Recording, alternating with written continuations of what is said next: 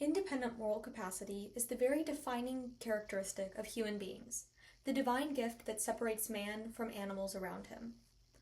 Over time, humans have undergone an evolutionary development guided by God himself, which has allowed for advancements like the growth of large-scale societies like the one we live in today. However, the corrupt moral path that humanity has taken is fundamentally opposed to the progress that many believe the world is making, which is illustrated through mankind's most basic interactions with the creatures that share the planet with us. Every aspect of our planet-wide ecosystem is intended to work together to form one cohesive organism, a process that's continually demonstrated within nature. People, on the other hand, are unable to coexist even with each other, much less the entire natural world around us.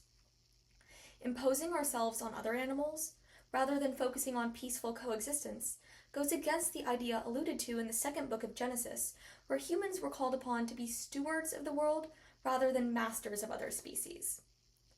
Even further proof of the depravity of humans comes from examining the elemental patterns that repeat from particles to humans and even beyond. When understanding the law of entropy, the irreversible process of matter moving from a state of order to a state of disorder, it is impossible to come to any conclusion beyond the one that we live in not only a deranged age, but in a very deranged universe.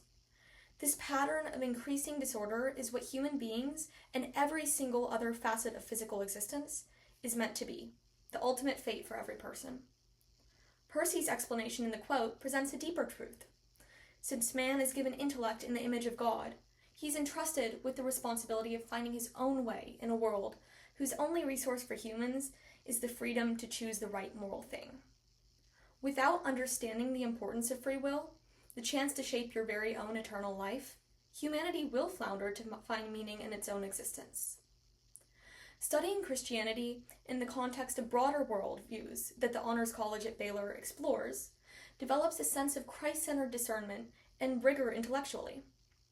While these do benefit all vocations, they're especially relevant for the Bachelor's of Philosophy degree program that I've been accepted to, where these ways of thinking can aid in forming individual logical ways of reasoning. The most important facet of an education at Baylor lies not in any temporal success, but in its ability to take people out of the deranged entropy that we see in the world today and bring them into the perfection which can only be achieved in the kingdom of heaven.